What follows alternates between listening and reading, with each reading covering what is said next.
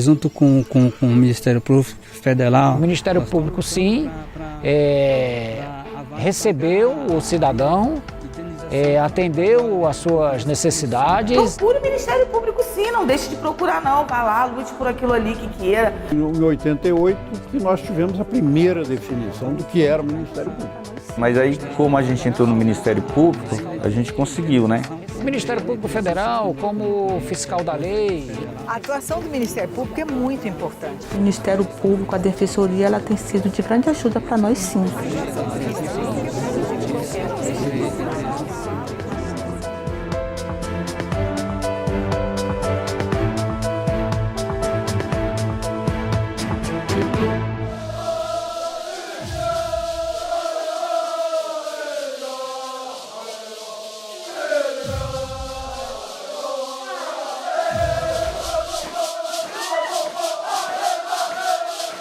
A gente sente, a gente fica com saudade de coisa passada, a gente sente como coisa passada, porque as coisas passadas é muito importante para nós.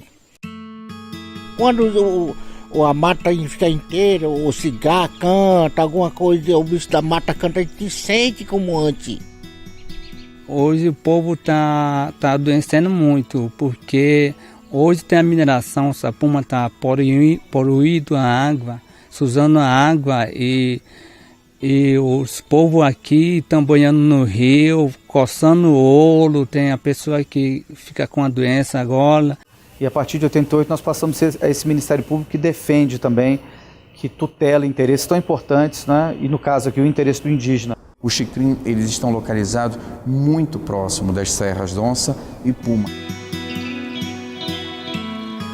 A Vale começou a fazer o trabalho dela de mineração e aquilo afetou diretamente o principal rio da região, que é o rio Cateté, que dá nome à terra indígena Xicrim. Então, por meio de um decreto legislativo, foi autorizada a concessão de lavra do empreendimento chamado Ferro Carajás.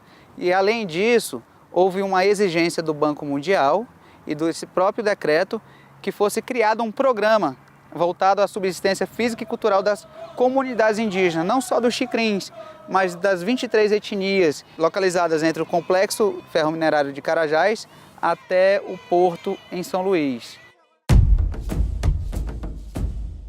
O professor da Escola Paulista de Medicina, que já trata desses indígenas há 40 anos, e ele começou a observar sintomas de doenças que nunca havia acontecido com esses indígenas.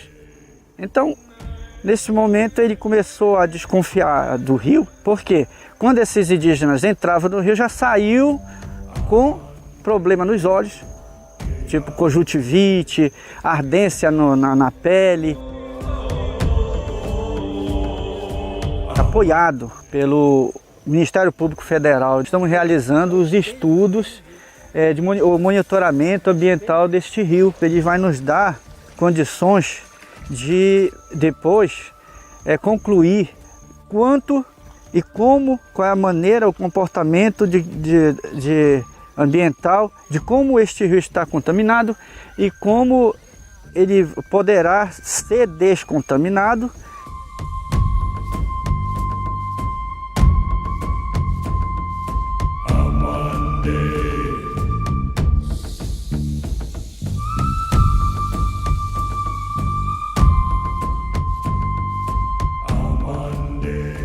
Essa ação judicial, ela foi realizada a partir do momento em que se constatou que não havia sequer sido estudado o impacto que os indígenas sofreriam com esse empreendimento e que também que se fizesse uma compensação urgente, não dava para esperar que saísse um resultado final diante de gravidades de doenças como essas que nós estávamos trabalhando. A gente construi uma casa, pois que não tem casa, a gente gradeou a fazenda, a gente fez o posto de saúde e outros. A gente fez muita coisa com esse recurso que a Justiça liberou para nós. A gente fez muita coisa na aldeia.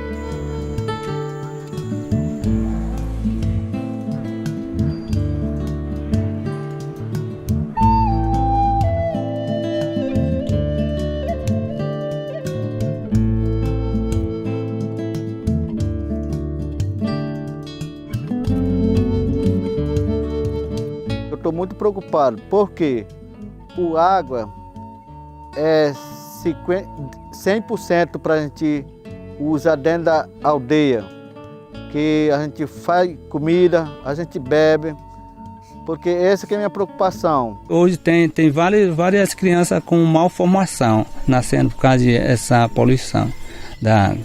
E nós encontramos aqui o ferro, o cromo, o manganês, o cobre, o zinco, já aqui nesse rio, em deposição, inclusive nos sedimentos.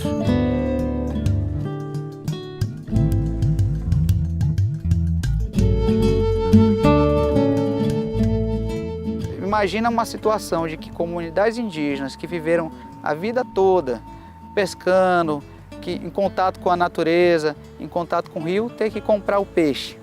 Então a compensação financeira mensal, ela se justifica em razão dessas questões. Hoje nós estamos na luta, na justiça, junto com o Ministério Público Federal, nós estamos lutando para a Vale pagar a indenização para nós com essa poluição da água.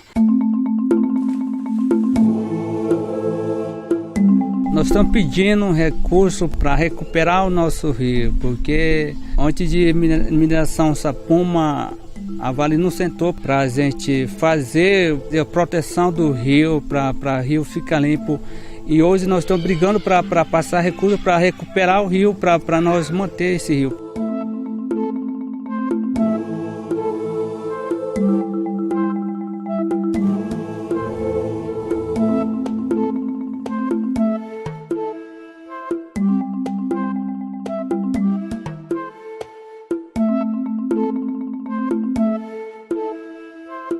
O direito do índio é um direito diferente, porque ele é o dono da terra. Ele já estava aqui antes de nós chegarmos. Então é um direito que não se reconhece e nem se declara, não é? É um direito a ser respeitado. Rio é tipo a veia nossa, né? Se vai contaminar, aí vai estragar a vida do povo. Porque ali é o coração do povo indígena.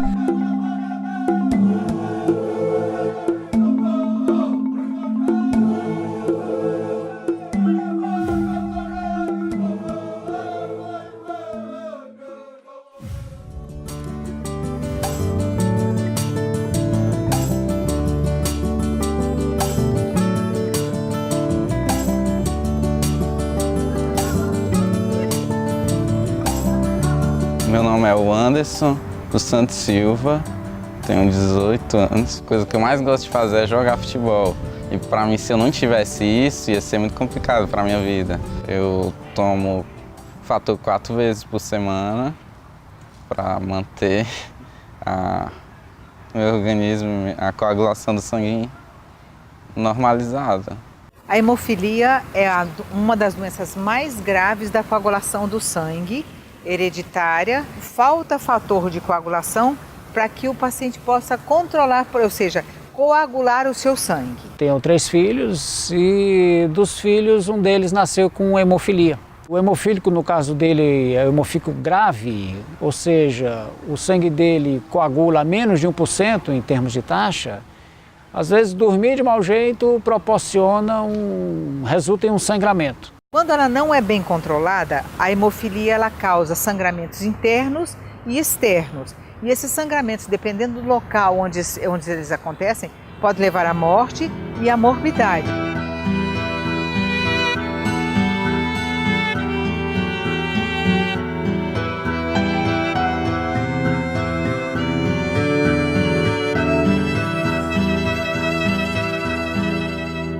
Os hemofílicos hoje, eles dependem, em razão da própria Constituição Federal, depende do fornecimento pelos órgãos públicos. O Ministério Público Federal entende que é necessário cuidar para que essa distribuição não se escasse, não seja ameaçada. Tenho um filho que hoje está com 23 anos, que se chama Daniel, que tem hemofilia. Alguns parentes meus já teve, né, que já são falecidos. Então, para mim foi desesperador, porque todos eles vieram a óbito, né? Aí tinha preocupação, né? Porque eu acho que era o primeiro filho dela hemofílico, né? O povo do Ministério Público, ele se empenha pela causa, ele fica solidário e ele busca estar ali ajudando, e enquanto eles não conseguem aquilo dali, eles não param. Para nós faz muita diferença mesmo, né? Porque se a gente não tivesse essa ajuda dele, nós jamais conseguiria.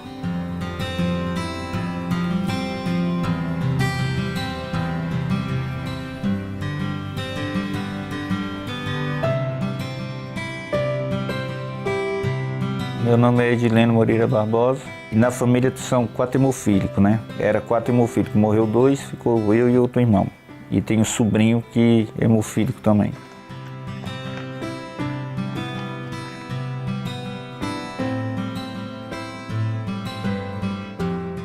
Nós não tivemos infância, a infância foi só no hospital internado. Nós não tivemos chance nem de estudar, né? Porque a doença não deixou. E a gente ficou com sequela, porque como não tinha tratamento.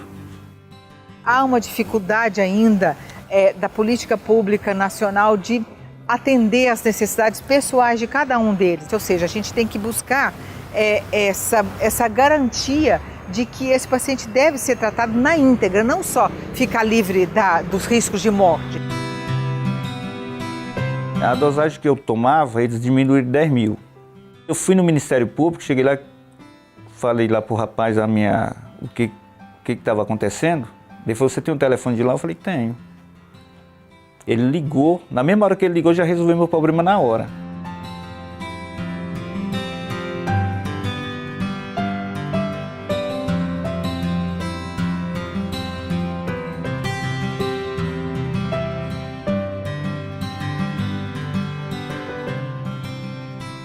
Precisamos atender aquelas situações de emergência também e que hoje colocam em risco diário a vida dessas pessoas, não só de hemofílicos, como os diabéticos e outros tipos de demandas que exigem do Estado, na parte que cuida de saúde, um atendimento imediato e eficaz. A atuação do Ministério Público é muito importante, porque através dessa estratégia a gente demonstra cientificamente as necessidades, mas é o gestor que decide. Então o Ministério Público faz esse intercâmbio entre as necessidades do paciente, da equipe de tratamento, junto com as políticas públicas. O Ministério Público trabalha para melhorar a vida da população, porque ninguém pode ter um direito seu diminuído ou se sentir menos do que ninguém.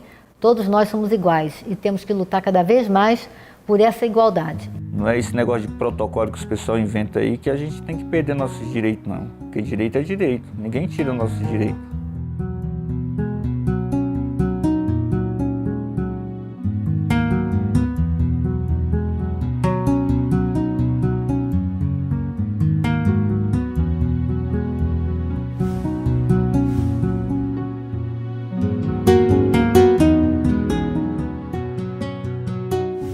A Lei tinha pedido um ovo cozido.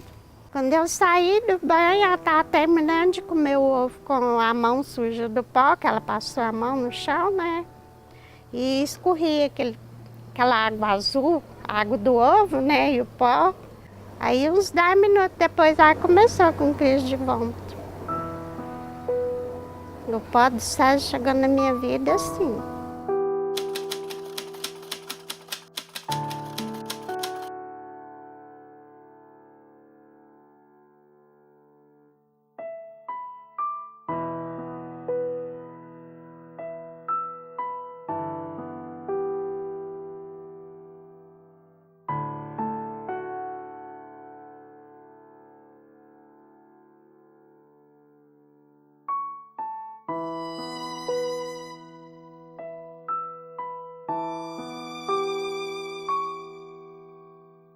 O aparelho com a cápsula de Césio estava aqui dentro dessa sala, logo aqui atrás desse aterro. Era para mim uma coisa de qualquer sucata, não era qualquer um objeto assim de uma coisa que ele não sabia do perigo. Eles abandonaram a Santa Casa, largou o dia que estava, ficou. Não tinha uma porta, janela, segurança nenhuma.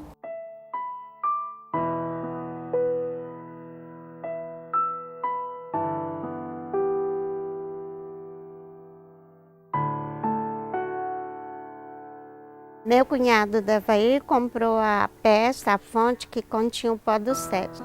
Tirou um pouquinho do pó assim, ó, num papelzinho e levou para casa. Aí chegou em casa e colocou no chão do quarto e chamou os meninos para ver, que brilhava, né?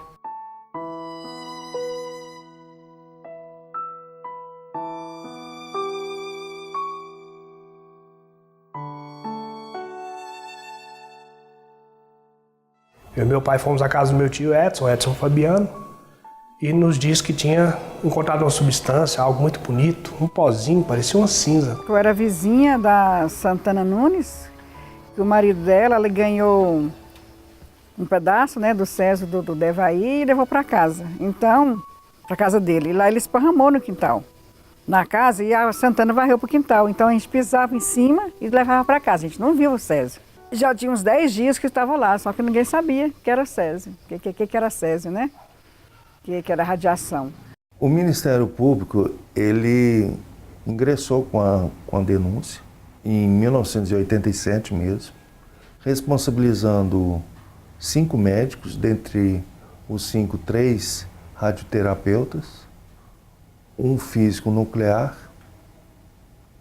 que eram membros proprietários da empresa onde estava condicionado o equipamento e estava de forma irregular.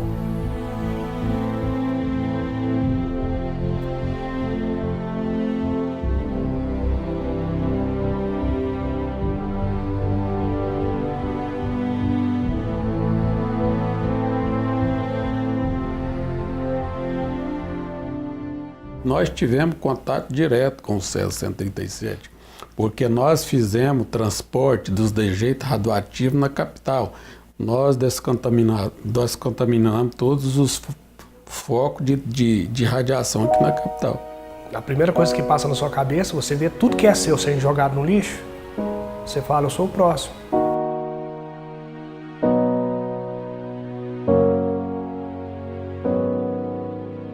Aí quando chegou no estado ali, eles foi passando naquele aparelho, né? Aqueles que tinham mais contaminação, eles iam separando. Aqueles que tinham menos já ficavam para cá. Aí foi aquela luta, né? Mais banho e choradeira de menino, porque teve a separação de pai com filho, né? Foi proibido de brincar. Aí separou a Leide, eu a Leide. Aí daí que foi, né? Já foi mais ou menos entendendo o que estava acontecendo. Acho que nem ele sabia direito lidar com essa situação, né? As principais são as radiolesões. E o problema também psicológico desses pacientes, afetou muito a parte psicológica deles. As famílias perderam casa, perderam móveis e assim por diante. Eu perdi tudo que eu mais gostava, o meu mundo pequenininho ali. O mundo de uma criança, um mundo pequeno, seus brinquedos, suas tarefas, seus livros de escola. Eu perdi minhas coisas pessoais, né?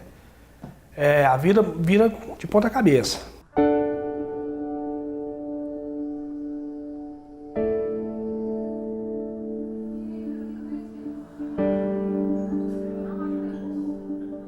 O Ministério Público entendeu que os pacientes iam ficar perambulando por outras unidades, não haveria uma unidade especial para atender esse radioacidentado ou de exclusivo atendimento ao radioacidentado.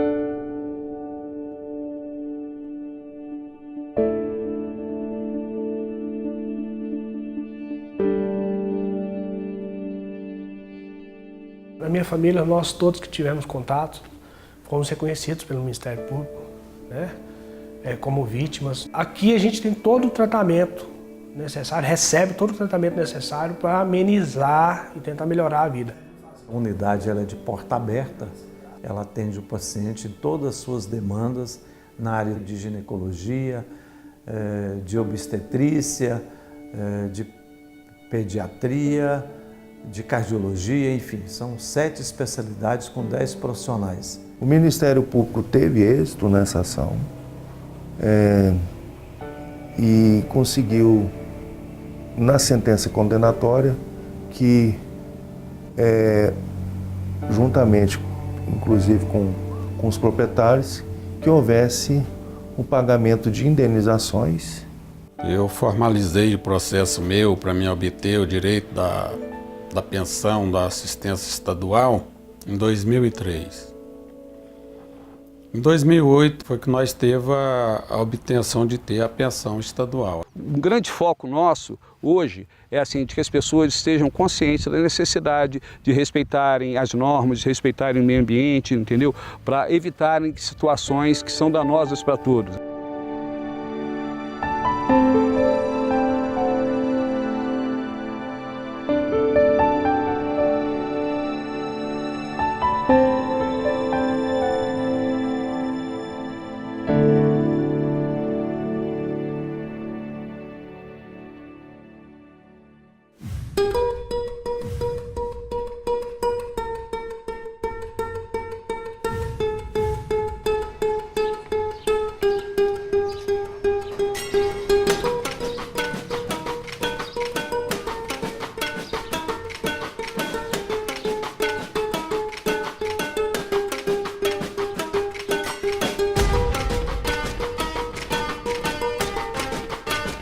Sou muito feliz de estudar aqui. Os muros ficaram mais altos, reformaram os muros, os portões, tudo, basicamente tudo.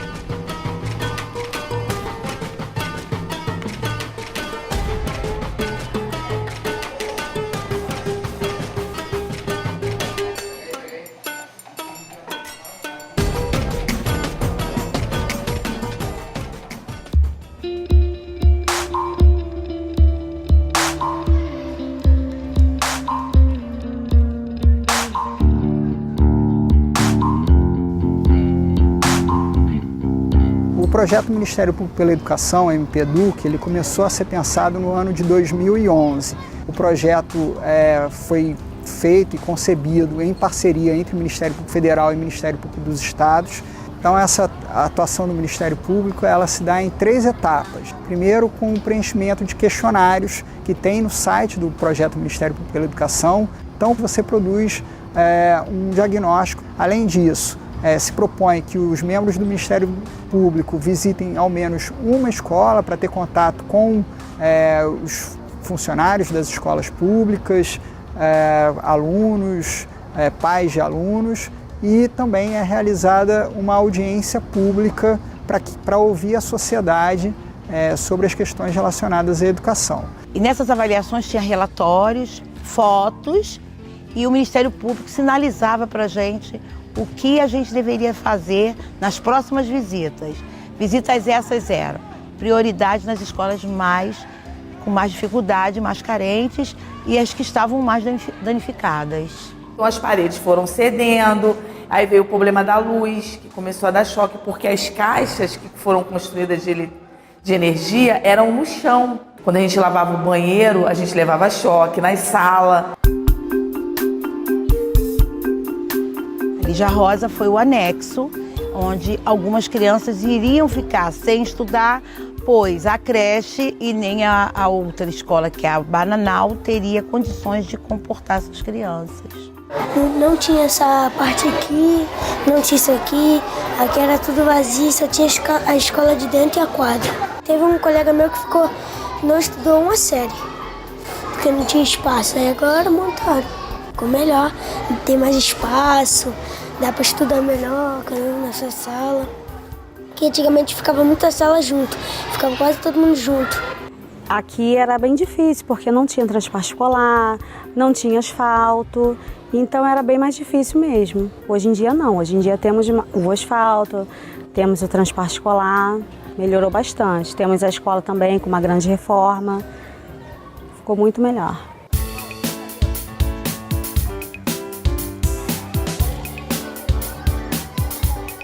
Se eles não tivessem lutado, como até hoje lutam por muitas coisas, não acontece.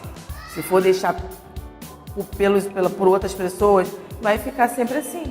Então tem que ter sempre o Ministério Público, sim. Está precisando de alguma coisa que eles não liberam da forma deles, tem que procurar. Tem que ir lá, correr atrás. Os meus irmãos mais novos estudaram aqui, os mais novos.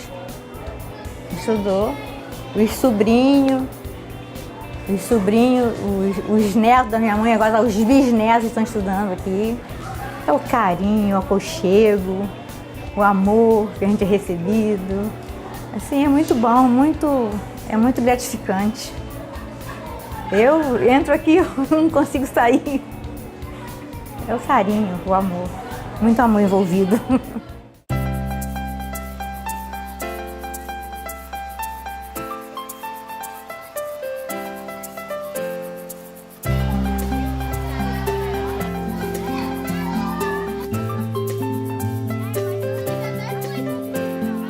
Sergipe era o pior estado da federação, não é mais, não ocupa mais essa trágica posição. Avançamos, tem muito o que fazer, as melhoras foram em todos os níveis de ensino da escola pública e nós estamos percorrendo o estado e realmente verificando isso. Há muitas experiências boas e gratificantes em relação aos aspectos pedagógicos, aos aspectos estruturais, a alimentação escolar, o transporte escolar.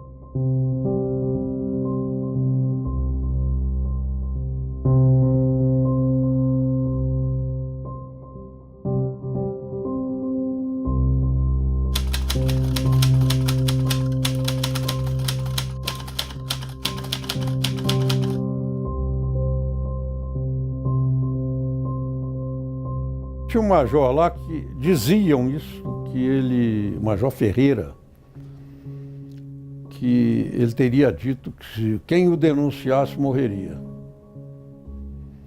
E o Pedro Jorge o denunciou e morreu. E morreu através de ação de pistoleiro,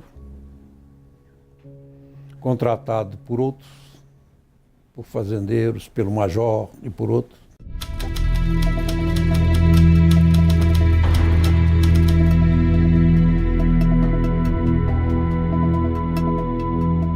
O assassinato, que trouxe um outro tipo de estrutura institucional para a instituição, que foi a luta pelas 3 garantias constitucionais definidas na Constituição de 88, mais ou menos 6 anos depois. Desde então, desde 82, o Ministério Público é outro.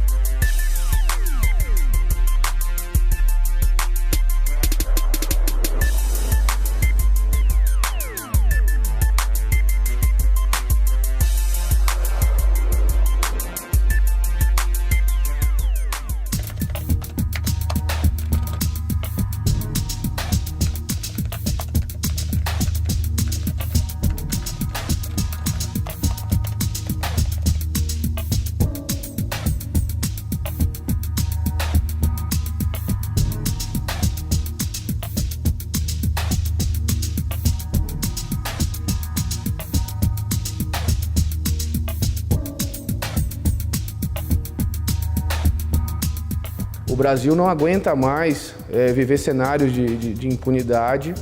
A gente precisa que a lei seja aplicada para todos, independente de classe social, independente de status.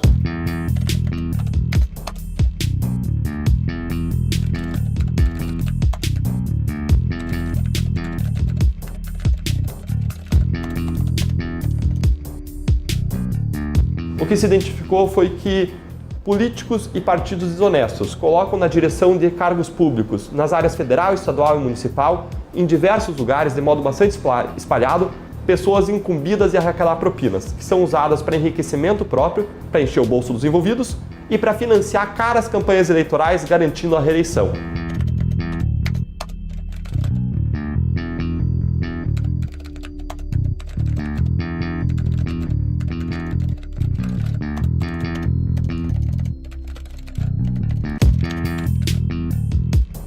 As investigações aqui no Rio de Janeiro começaram com a colaboração premiada de executivos da empreiteira Andrade Gutierrez, que relataram pagamentos de vantagens indevidas para o ex-governador Sérgio Cabral, em razão da obra do Maracanã, principalmente.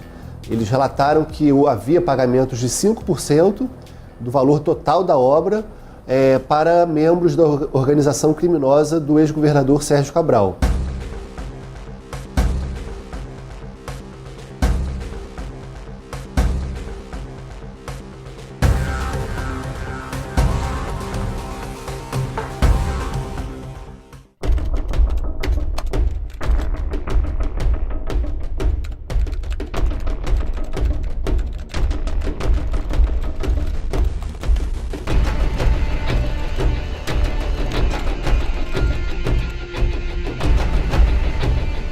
Houve, na verdade, um planejamento, houve um plano de investigação que tinha como finalidade identificar as causas principais dos rombos dos principais fundos de pensão, e a partir desse plano nós investigamos proativamente e realmente fomos descobrindo as ilicitudes.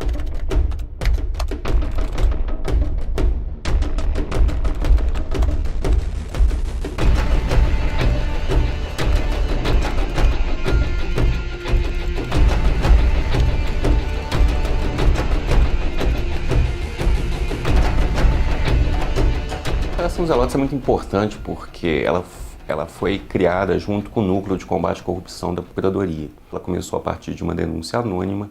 Em 2015 ela foi deflagrada. A partir dessa denúncia, nós fomos até a Polícia Federal, fomos até a Receita Federal e conseguimos, desarticular essa organização criminosa que já atuava há vários anos no CARF. O enfrentamento da corrupção é um caminho estabelecido, sem volta. E este, eu acho que é o grande sinal dos tempos modernos no Brasil. A ideia de que os mais poderosos são alcançados pela lei.